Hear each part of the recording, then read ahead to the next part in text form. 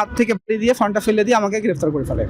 আসলে আমি কি কারণে হয়েছি এটা আমার এখন পর্যন্ত অজানা। আমি নিজেই জানি না যে আমি গুম হলাম কেন।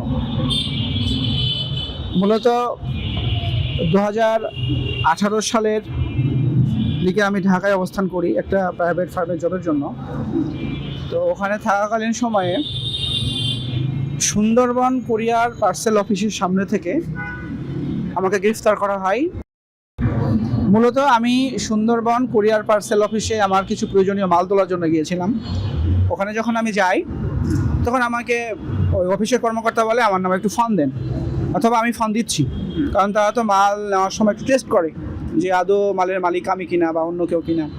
তো আমাকে যখন বলে যে আপনি ফোনটা রিসিভ করেন, আমি যখন ফোনটা রিসিভ করি তখন আমার হাত থেকে দিয়ে ফোনটা ফেলে দিয়ে আমাকে গ্রেফতার করে ফেলে এবং আমাকে বলে যে আমরা প্রশাসনের লোক, কোনো কথা বলবেন না। তারা দুইটা করে আমার হাতে হ্যান্ডকাপ পরিয়ে দেয়। সুন্দরবন পার্সেল অফিস থেকে নিয়ে এসে রাস্তাতে একটা সাদা হাইস দাঁড়া করানো ছিল, ওখানে আমাকে তুলে দিয়ে চোখ বেঁধে দেয় কালো পট্টি দিয়ে। এ হচ্ছে ধরার কাহিনী। অতঃপর আমি প্রায় 8 ঘন্টা পরে নিজেকে আবিষ্কার করি একটা রুমের ভেতরে, এবং সেখানে লং টাইম পর্যন্ত ছিলাম। তখন তারা আমাকে জিজ্ঞাসা করে, তুমি কিভাবে কি হয়েছো, তোমাকে আমরা কেন ধরেছি, তুমি এই সমস্ত অনৈতিক কর্মকাণ্ডের সাথে জড়িত কিনা, এই সমস্ত বিষয়ে জিজ্ঞাসা করে। যেমন রাষ্ট্রবিরোধী কোনো কাজের সাথে আমি জড়িত কিনা, অথবা আমি সেই সময় আপনার ইমামতি করতাম এক মসজিদে। তো জুমার খুতবা চালাইতাম।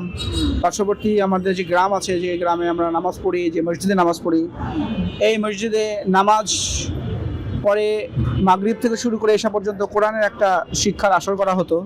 এগুলো কেন করতে যাও, এই সমস্ত বিষয়ে জিজ্ঞাসাবাদ করে আর কি। অথবা নির্যাতন, শারীরিক নির্যাতন। আসলে এই নির্যাতনের আমাদের ভিতরে কাজ করে।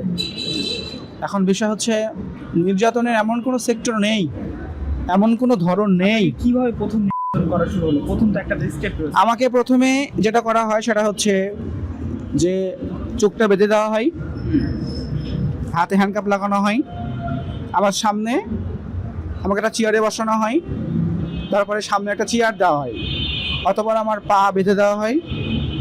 পা বেঁধে দেওয়ার পরে আমার পাটাকে সামনে যে চেয়ারটা রাখা আছে এই চেয়ারের উপরে তুলে দেয়, দিয়ে পুরো স্টিক দিয়ে লেখে।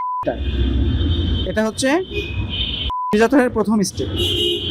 মোটামুটি এভাবে 15 মিনিট থাকে, অথবা আমি সেন্সলেস হয়ে যাই, আমাকে রেখে চলে যায়। এই হচ্ছে নির্যাতনের শুরু। 126 দিনের ঘটনা তো 5 মিনিটে বলে বর্ণনা করা সম্ভব নয়। নির্যাতনের কাহিনী হচ্ছে এরকমই। তারা বিভিন্ন বিষয়ে জিজ্ঞাসাবাদ করে, কোনো কর্মকাণ্ডের সাথে জড়িত আছে কিনা সেটা জিজ্ঞাসা করে। অতঃপর যখন তারা এ বিষয়ে কোনোই তথ্য পায় না তখন রেখে চলে যায়, এসে আবার শুরু করে, আবার নতুন কোনো তথ্যের জন্য যখন তথ্য পায় না তখন আবার রেখে চলে যায়। এই হচ্ছে তাদের ধরন, তাদের অত্যাচারের ধরন। আর এই অত্যাচারের ধরন বলতে গেলে যেটা বলতে হয়, এতে বৈদ্যুতিক শক আছে, করে উপরে ঝোলানোর একটা পদ্ধতি আছে, মুখের উপরে রুমাল দিয়ে গরম পানি ঠান্ডা পানি ঢেলে দেওয়ার একটা অভিজ্ঞতা আছে, মুখের ভেতরে শুকনা গুঁড়া দিয়ে দেওয়ার অভিজ্ঞতা আছে। এ হচ্ছে তাদের নির্যাতনের বিভিন্ন পর্যায়। এখন কে কোন পর্যায় থেকে এই নির্যাতনের শিকার হয়েছে তা আমি জানি না, তবে আমি এগুলো ফেস করেছি। আরেকটা লোমহর্ষক ঘটনা হচ্ছে যে তারা যে পাঁচ আছে দিয়ে টেনে ফিঙ্গার যে নীল আছে নীলগুলো খেলে। আমি ছাড়া পেয়েছি, মূলত তারা আমাকে ছেড়ে দেয়নি, একটা মামলা দিয়েই তারা আমাকে মিথ্যা মামলা দিয়ে তারা আমাকে কোর্টে চালান করে। এভাবে এখনও মিথ্যা মামলার গ্লানি আমার ভেতরে আছে। এখনও মিথ্যা মামলার হাজিরা দিতে গেলে কোর্টে যেতে হয়, কোর্ট থেকে আসতে হয়, একটা টাকা খরচ হয়।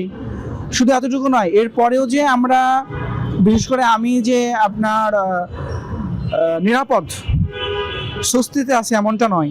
তখন থেকে শুরু করে এখন পর্যন্ত প্রশাসনের বিভিন্ন সেক্টরের কাছে আমাদের নাম্বার আছে, ফোন নাম্বার আছে, কন্ট্যাক্ট নাম্বার আছে। তারা আমাদেরকে নক করে, আসি কিনা সেটা টেস্ট করে, কোথাও যাচ্ছে কিনা সেটা টেস্ট করে।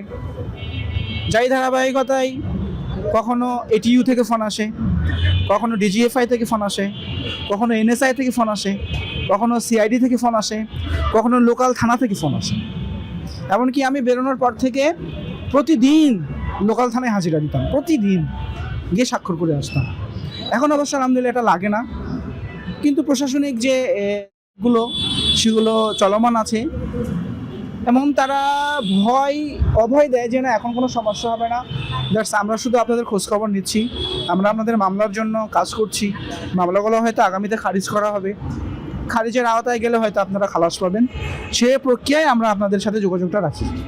এটা হচ্ছে বিষয়। তো ঠিক আছে।